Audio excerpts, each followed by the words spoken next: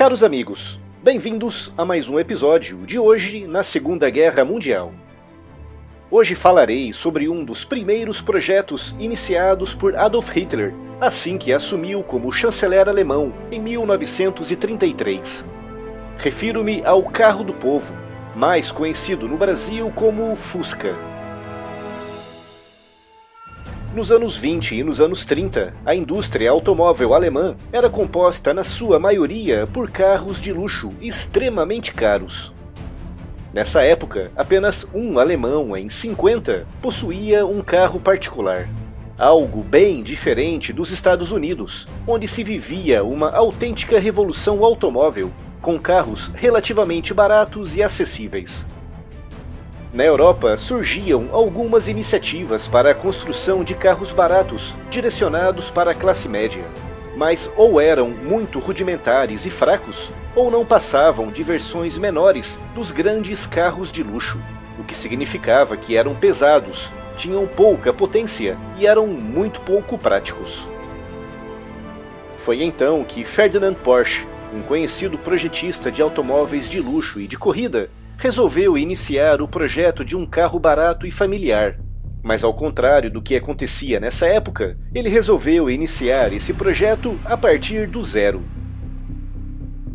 O seu design foi muito baseado no carro checo Tatra 77. Em 1933, quando Adolf Hitler assumiu como o novo chanceler alemão, o projeto de Porsche e de outras fábricas alemãs atraiu a sua atenção.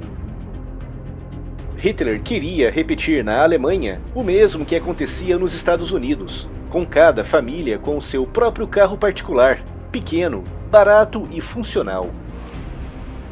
A sua ideia era produzir um carro que custasse 990 Reichsmark, numa época em que o salário médio alemão era de 120 Reichsmark por mês. Mas rapidamente ficou evidente que as fábricas alemãs não seriam capazes de produzir um carro assim tão barato.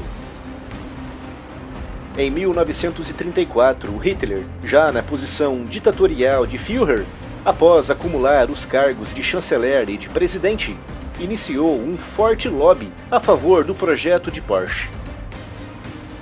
Numa reunião em 1935, Hitler, baseando-se no desenho pré-concebido de Porsche, fez um pequeno rascunho do que imaginava que seria o novo veículo, e acredita-se que esse rascunho tenha tido alguma influência no desenho final do novo carro. Dizem que esse desenho de Hitler foi baseado num veículo projetado e construído por Joseph Ganz, um engenheiro e inventor judeu que se encontrou com Hitler numa feira automóvel no início dos anos 30. Em 1935, Ganz, por ser judeu, já tinha perdido todas as patentes das suas invenções e pouco tempo depois fugiria da Europa. Mas dizem que foi o seu projeto que inspirou Hitler no desenho das linhas gerais do Fusca. Pouco tempo depois ficava pronto o protótipo, já com o aspecto característico que conhecemos hoje. A equipe de projetistas foi liderada por Irving Komenda, da Auto Union, que mais tarde se transformaria na Audi. Foi o primeiro carro cujo projeto foi feito num túnel de vento, algo até então restrito a projetos de aviões. Os protótipos construídos nessa época acumularam quase 2 milhões de quilômetros em pistas de teste, resultando em muitas alterações no projeto original. Mas o básico permaneceu, com destaque para o seu pequeno motor traseiro refrigerado a ar, o que era uma grande vantagem, tendo em vista o inverno rigoroso em algumas regiões da Alemanha. No dia 28 de maio de 1937, o governo alemão criou a Volkswagen, no âmbito da Frente Trabalhista Alemã, uma organização sindical estatal criada e controlada integralmente pelo Partido Nazista, e o Fusca era oficialmente apresentado. A construção da fábrica começou no dia 26 de maio de 1938, na atual Wolfsburg, uma cidade construída especificamente para albergar os seus trabalhadores, com os primeiros veículos sendo entregues no final desse mesmo ano. Quando a guerra começou, em setembro de 1939, A fábrica só tinha produzido poucas unidades do novo veículo, com a sua linha de produção mudando rapidamente para atender o esforço de guerra alemão.